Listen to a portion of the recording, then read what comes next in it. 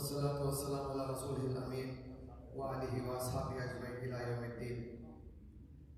قال الله تعالى في القرآن المجيد: أعوذ بالله من الشيطان الرجيم ومن أظلم ممن ذكر بآياته ثم أعرض عنها إنا من المجرمين منتقمون. صدق الله العلي العظيم. رب اشرح لي صدري ويسر لي أمري واحلل عقدة من لساني يفقهوا قولي وما توفيقي إلا بالله عليه توكلت وإليه أنيب. اللهم صل على سيدنا محمد وعلى آل سيدنا محمد وبارك وسلم. Dear brothers, Assalamu alaikum wa rahmatullahi wa barakatuh. Wa alaikum assalam. ICGC Masjid, Johnson County in Kansas, USA is more like homecoming to me. This was the first masjid where I performed my salah when I came here 3 years back. And without any element of flattery, I deeply from the bottom of my heart at the outset, first and foremost, thank Allah, and secondly, to the sheikhs, namely Sheikh Dahi and Sheikh Abdul Hamid, who have shown the generosity and the willingness to give me space in this masjid to conduct the word for word Quran classes when I came here in 2019, to which I am deeply indebted and pray to Allah to give them the jazakallah khair. And also to the management who gave the permission for me to start these classes when I came 3 years ago. And that was actually the beginning for the classes in USA itself. For 1 month of my stay here, we started offline classes. That was before COVID, of course, in 2019, in the basement in the same masjid, where between Maghrib and Isha we used to conduct programs. And having heard of it, even ICK Masjid then invited me, which is a neighboring masjid here, and I used to rush after performing my Isha Salah here and going to ICK, and I used to conduct class there as well, and then get back home. So alhamdulillah, that 1 month stay of mine became very productive, very satisfying. And of course, after going back, these classes could not be discontinued, so alhamdulillah, we started online class. And by the grace and mercy of Allah subhanahu wa ta'ala, one full complete Quran was completed, and also the second batch has begun. And alhamdulillah, we have crossed more than half the portion of the Quran in the present batch, which is the second round, in which of course some new brothers also joined in. And now, when I came again this year, I have come to Dallas, but these brothers here and their affection has brought me to Kansas for a couple of days, and tomorrow early morning, inshallah, I'll be returning to Dallas, and then again back to India. Of course, I have another trip to Atlanta where they also invited me for delivering lectures on the Quran.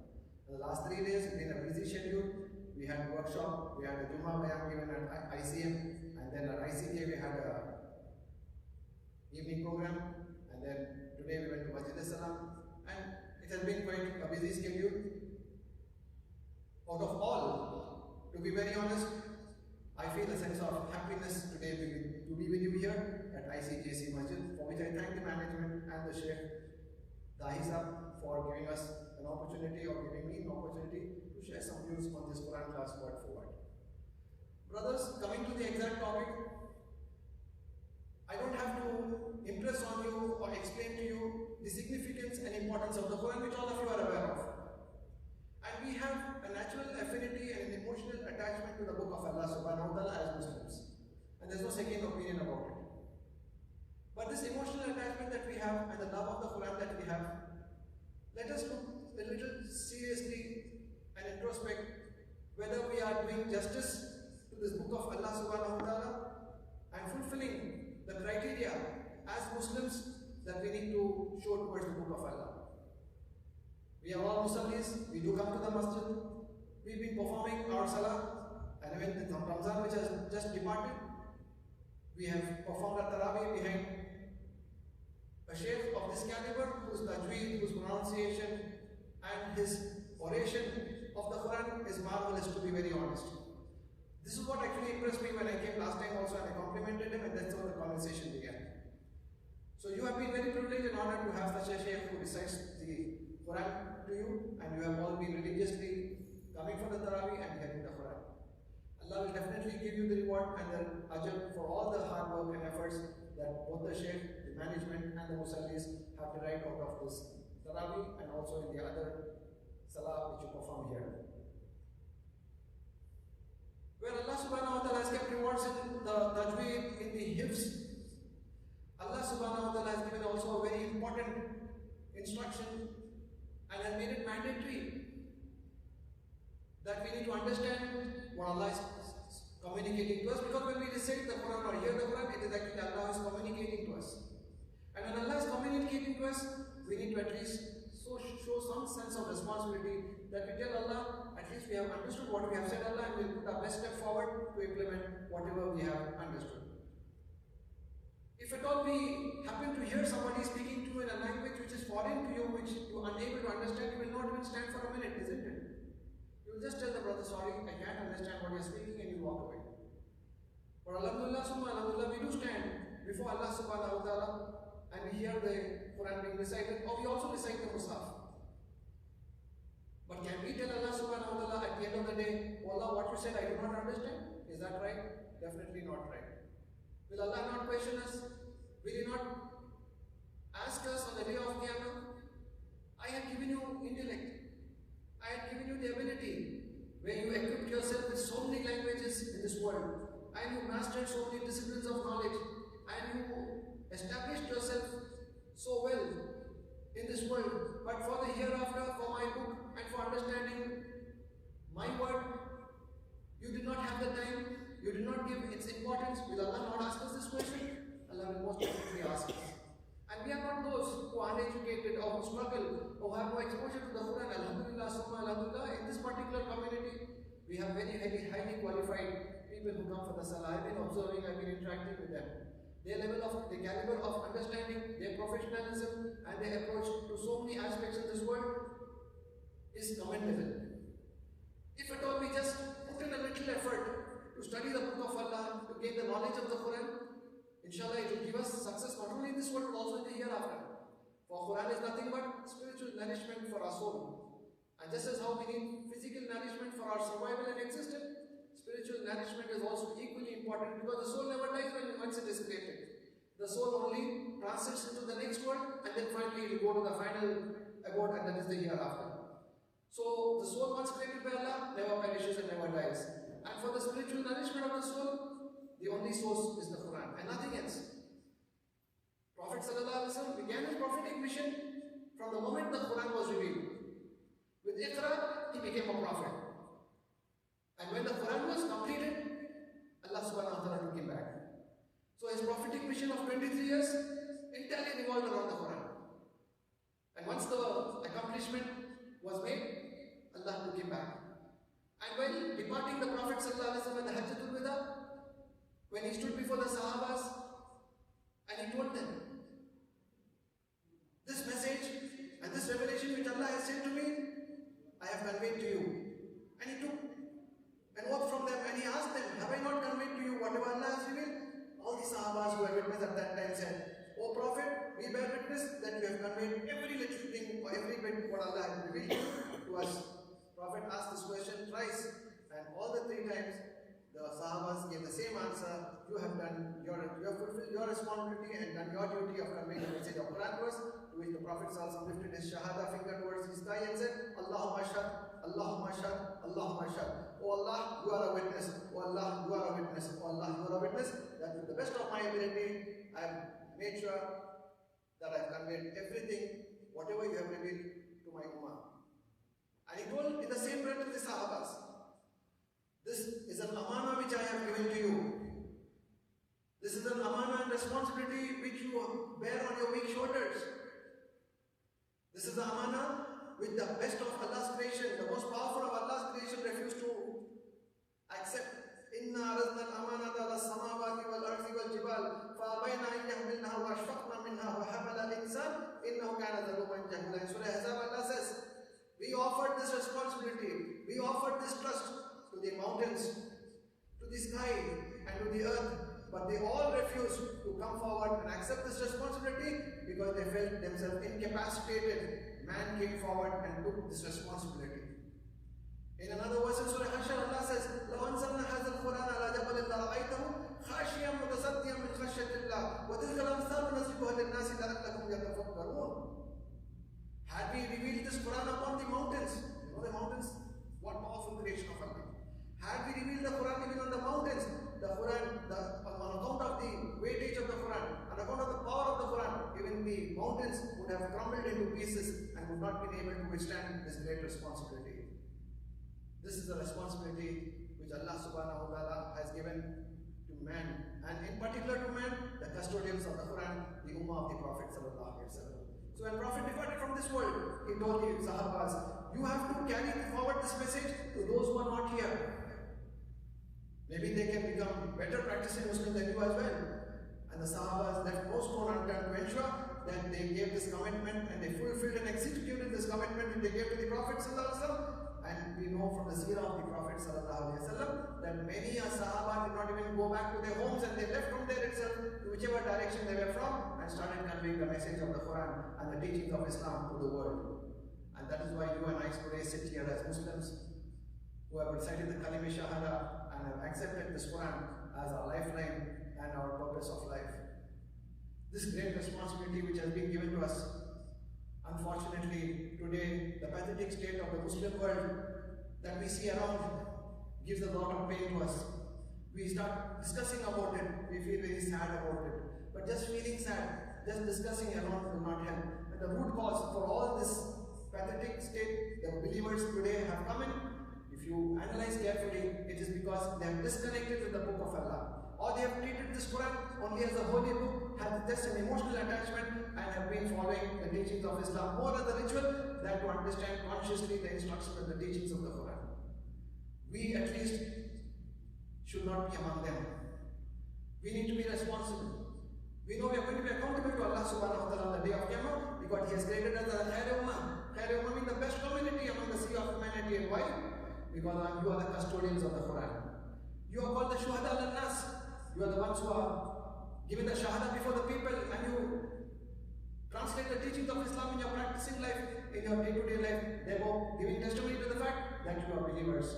You are a Ummat Wasat, which means you are a moderate community who do not swing to any extremes, but live in this world, engage with the activities in the world, but at the same time not forget the great responsibility of studying the book of Allah and conveying the book of Allah, the message to the people who are never both Muslims and non-Muslims. So Allah subhanahu wa ta'ala has given us a very exalted and a responsible position. And it is a thumb rule that whenever positions of responsibility and trust is given, you are equally accountable. So when Allah subhanahu wa ta'ala has exalted our status and given us these honorable labels of Shuhada al-Nas, Ummah Wasat and Khair Ummah, there is an accountability factor also which comes along with it. And on the day of Qiyamah, Allah will most surely ask us, did you fulfill this responsibility for which we are sent into this world? And you were born as Muslims. Allah gave you the gift of Iman. Allah provided you an opportunity, gave you an environment. The teachings of the Quran were in front of you. You had loads and loads of Quran kept in the shelves in the masajid and also in your homes. Did you ever pick up the book of Allah? Did you ever study it? Did you ever recite it? Did you ever understand it? Did you ever practice it? Did you implement it? And did you convey it to others? This is the fundamental question which Allah is going to ask each one of us. Because we all become true believers only when we know that we are going to be resurrected on the day of Qiyamah and we are going to stand before Allah to be accountable. Kulluhum atihi yawmal qiyamati farda. Everyone on the day of Qiyamah will come to Allah all alone. And Allah will ask this question. How are we going to face it? What is it that we carry from this world? These possessions, these degrees, these qualifications, these families, these relatives, our wealth, our bank balances, alhamdulillah, all that is required for our day-to-day life. I don't deny the fact. But that is not everything. We need to draw a line. We need to know that ultimately, when our eyes will be shut forever, we will carry nothing with us. We will go barehanded. Everything will remain behind. Our status, our positions, our authority, our wealth, our families, nobody is going to come with us to that grave. We will be taken to the grave and they will put us inside and they will all walk away. You and Allah afterwards. And at that point of time, what will come to our rescue from the authentic hadith of the Prophet ﷺ that we get to know is the light of the Quran. It will come and it will answer the angels who will come there to question us about our iman. The Quran will intercede in the grave, and from the authentic hadith of the Prophet ﷺ we know that the Quran will also intercede on our behalf on the day of Qiyamah in favor of those people who did justice to the Quran. For Prophet said, Quran can be a source of advocating on your behalf or against you. The Sahabas asked, O Prophet, how could it advocate against us? To which the Prophet ﷺ said, those who kept their lives disconnected from the Quran, those who did not treat the Quran seriously or give a commitment to the Quran or live their life in the light of the Quran and took no effort to study the book of Allah, to convey the message of the Quran, Quran will register a complaint against them. And if Quran is going to register a complaint against us, we will have no other alternative or any other source to seek any help. And even the Prophet ﷺ will also advocate against those people who have not done justice to the Quran. For that is the verse in the Quran itself, in Surah Furqan. Furqan itself, the other name is Quran. In Surah Furqan, which is the other name of the Furqan, is also the Quran, because it is the criterion. It tells you what is right, what is wrong, what is halal, what is haram. In that same surah, Allah subhanahu wa ta'ala has quoted the verse, وَقَالَ الرَّسُولُ يَا رَبِّي إِنَّهُمْ اتَّخَذُوا هَذَا الْقُرْآنَ مَهْجُورًا. O Allah subhanahu wa ta'ala, my people, my ummah, abandon the Quran from their lives. And imagine if Prophet ﷺ is also going to register a complaint against us. Where do we go? We look forward for the decision. We look forward for the decision of the Quran. And if what we look forward to intercede on our behalf is going to be against us, imagine our fate. Let us keep all these things. This is reality. It is nothing philosophical or nothing which is just something which has been mentioned, but it is something which is realistic. Something which is going to happen, something that nobody can deny. And therefore, it becomes incumbent upon us that while we hear the Quran, recite the Quran, study the Quran, we should understand the meaning of the Quran and open up our hearts and be receptive to the teachings of the Quran. It has a tremendous impact on the believer when he understands the Quran directly from the text rather than the translations. Translation can be the first level. But then we have to go even further and try to understand what Allah is saying directly from it. Suppose I am standing before you and there is a medium between, there is a partition in between. No doubt you will be able to understand or hear whatever I am saying. But the impact which you have now without a partition in between is definitely going to be much more than had there been a partition between me and you. Likewise, when Allah is communicating to us, let us have no partition. The translation is nothing but a partition, a screen. Let us remove it. We are having the capacity. We have the ability, we have the intellect, and we can definitely understand what Allah is saying directly, provided we take some effort, some initiative. Allah subhanahu wa ta'ala himself says, إِنَّمَا الْمُؤْمِنُونَ الَّذِينَ إِذَا ذُكِرَ اللَّهُ وَجِلَتْ قُلُوبُهُمْ وَإِذَا تُلِيَتْ عَلَيْهِمْ آيَاتُهُ زَادَتْهُمْ إِيمَانًا وَعَلَىٰ رَبِّهِمْ يَتَوَكَّلُونَ. The true believers are those that when the name of Allah is mentioned, or when the verses of the Quran are recited, their hearts tremble out of fear. The iman in Allah increases and the trust upon Allah develops. Do you and I feel that? Do you and I feel that impact when the verses of the Quran are recited? And particularly, without again adding the element of flattery, the way the Shaykh recites this, it really shakes us up. Today morning he read Surah Zumar. It brought tears into my eyes. Very powerful verses. I came late from Maghrib, so I could not follow what verses he recited. But this is how it is. And Allah himself had mentioned in Surah Al-Ma'idah, وَإِذَا سَمِعُوا مَا أُنزِلَ إِلَى الرَّسُولِ تَرَى أَعْيُنَهُمْ تَفِيضُ مِنَ الدَّمِّ مِمَّا عَرَفُوا الْحَقَّ. That when it is heard what Allah subhanahu wa ta'ala had revealed to the Prophet sallallahu alaihi wasallam, the Christian delegation which came to meet him for the first time, their eyes were flowing out of tears. They had not even accepted Islam, but their eyes were flowing out of tears because they could understand what was revealed, what the message was. And you and I are, alhamdulillah, summa alhamdulillah, Muslims. We have been born as Muslims. We have received the Quran from our childhood days. We have learned the Quran at a primary level. Many of us even study the rules of Tajweed. We also have memorized many of the portions of the Quran, and we are performing our salah. We are listening to the Shaykh reciting it, but we will still have our job incomplete if we do not go to at least understand the language of the Quran. This is the most basic and fundamental to every believer. The deep impact the Quran has, when it is understood directly, has its own revolutionary impact in our lives. And that is what is the motivation force, that's the driving force for us to prepare for the hereafter. Quran does not just talk about fundamentals and obligations, it talks about everything in our day-to-day life. It talks about social justice, it talks about financial transactions, it talks about our family system, it talks about character and moral values, it talks about our personal life, it talks about our business life, it talks about everything under the sky. And such a comprehensive manual which Allah has given to us for our day-to-day lives, let us understand it consciously and lead our lives in the light of the Quran in a conscious manner and not be ritualistic, cosmetic, or do it as a formality. My father is a Muslim, my grandfather is a Muslim, so I am a Muslim. Everybody is coming to the masjid, I am to coming to the masjid. Everybody is praying, I am to praying. Everybody is fasting, I am also fasting. No. Question yourself, why am I supposed to fast? Why am I supposed to perform my salah? What is the Quran giving me the reasons for this?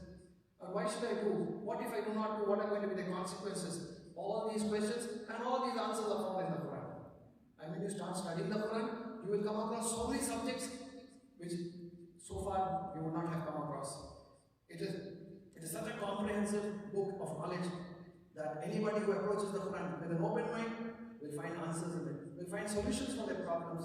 It will give you a sense of satisfaction, contentment, tranquility. For Allah says, وَالَّذِينَ آمَنُوا وَتَطْمَئِنُّ قُلُوبُهُمْ بِذِكْرِ اللَّهِ أَلَا بِذِكْرِ اللَّهِ تَطْمَئِنُّ الْقُلُوبُ. Allah says in Surah Al-Fathihah, today mankind is in a state of stress, neurotic disorders, psychological issues, and so many people running behind psychiatrists and psychologists and wanting solace and peace of mind. They have everything in the world. They have wealth, they have family, but they are not comfortable, they are not peaceful. There's something which is always causing stress to them. They are always in an agitated state. They do not find tranquility. And Allah subhanahu wa ta'ala says, tranquility is in the book of Allah. Solace and contentment and satisfaction is in the book of Allah. Come to it, find solace, and that will be a solution for all your issues. You will put your trust in Allah, and whatever happens, then you will understand it is the verdict of Allah, the will of Allah. And for everything that is difficult, a believer gets the reward. Because for the believer, it's a win-win situation. In terms of success, happiness, he thanks Allah profusely, and that gives him tremendous satisfaction. And whenever there is disappointments, difficulties, challenges, he does sabr. Both at shukr and sabr, he gets the reward from Allah subhanahu wa ta'ala.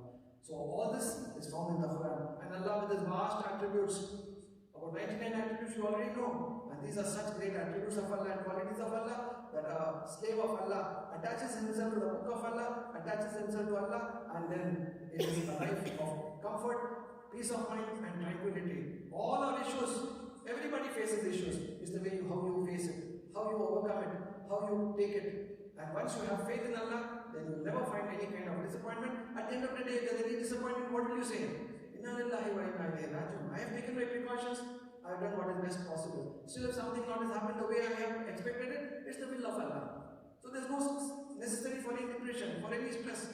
You accept Allah subhanahu wa ta'ala's verdict. And when Allah subhanahu wa ta'ala gives you something, you go down in prostration and tell him, oh Allah, it's only because of you and you alone that I have achieved what little I have achieved. Make me humble. Don't allow arrogance or pride to set inside me. And if you have given me authority, if you have given me wealth, if you have given me position, if you have given me intellect, oh Allah, these are great gifts that you have given. And let me discharge my responsibility with whatever gifts you have given, the favors that you have bestowed me, to help the community, to help the people, to help the have-nots. There are so many people who do not have even a fraction of what we have. Allah has kept us in paradise. Allah subhanahu wa ta'ala has given us everything here. So we need to be grateful to Him. And the best way to show our gratitude to Allah is to utilize those favors in seeking the pleasure of Allah. And where will you find all these brothers? In the Quran. And very important is, our character is very, very important. This was the excellent character of the Prophet ﷺ. Even before he became a prophet, that the people gave him the label of As-Sadiq and Al-Amin. You are the most truthful, you are the most trustworthy. And Prophet ﷺ, through his character and through the message of Allah subhanahu wa ta'ala, conquered the world. His character was the most outstanding. And even the Quraysh, the Kuffar, they said, you have never spoken a lie all your life. We accept whatever you're saying. But we have issues with your ideology. We have issues with certain things. But that's a different subject. But even the staunchest of the enemies of Islam could not deny the fact about the marvelous and the sublime character of the Prophet ﷺ. When Aisha radiallahu ta'ala anha was asked, what was the character of the Prophet ﷺ? She said, Quran. His character was nothing but the Quran. And Allah subhanahu wa ta'ala himself also certifies, وَإِنَّكَ لَعَلَىٰ خُلُقٍ عَظِيمٍ. O Prophet, we have given you a sublime character. And that's the weapon in your hand to conquer the hearts of the people, to bring them into the fold of Islam through the message of the Quran. So all these are some things which we already know. It's only a reminder to you, brothers. There's nothing new that I'm speaking to you today. But my only request is, kindly get yourself on board. Join these classes. We have tried to simplify the procedure as much as possible. We have tried to frame the syllabus and the course in such a manner that anybody who has even the least intellect will be able to take benefit out of it. And today, alhamdulillah, the last 17 to 18 years, this work is going on. Allah subhanahu wa ta'ala with His help has brought us to this extent. May Allah subhanahu wa ta'ala give us the hidayah, give us the humility, give us the right understanding and the right perspective of understanding the book of Allah and imparting His knowledge to one and all. And all this can happen only with your cooperation, with your support. And inshallah, you will also be deeply benefited, your family will be benefited, and everybody who comes in touch with this glorious book of Allah subhanahu wa ta'ala will be benefited. So I request you all to be part of this course. Inshallah, we'll be starting this course in the second week of June, once I go back to Dallas and then return to India. After that, we'll be starting this course. It's an online course, free of cost. We don't charge you a penny. It's free sabilillah. All the rewards are with Allah subhanahu wa ta'ala. We don't even charge a penny and we don't need it either. What can you pay me, brothers? $1 million? 10 million? But my eyes can close at any moment and I leave everything behind and go. I carry nothing with me into the next world. But what I'm looking for is permanent reward from Allah, which can be given only in the hereafter.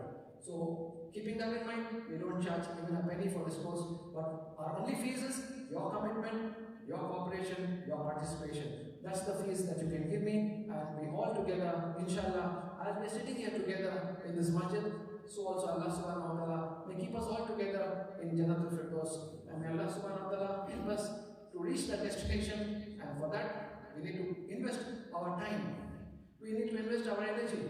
We need to invest our intellect. And most important, we need to invest our potentialities and talents to understand the book of Allah and spread the message of the book of Allah and practice it in our own lives. But this is the only solution to all the problems the Muslim community is facing today. And Allah subhanahu wa ta'ala, out of His grace, bounty and mercy, will shower His blessings on all of us, because the Quran itself is the book of blessing, and Allah subhanahu wa ta'ala's promise can never be wrong. Allah subhanahu wa ta'ala gives a promise, He fulfills it. It's only our commitment, our initiative, our efforts, which Allah subhanahu wa ta'ala is going to give us the rewards, and it needs to have sincerity, basic seriousness and commitment to the book of Allah, and inshallah, by the will of Allah, it will be possible.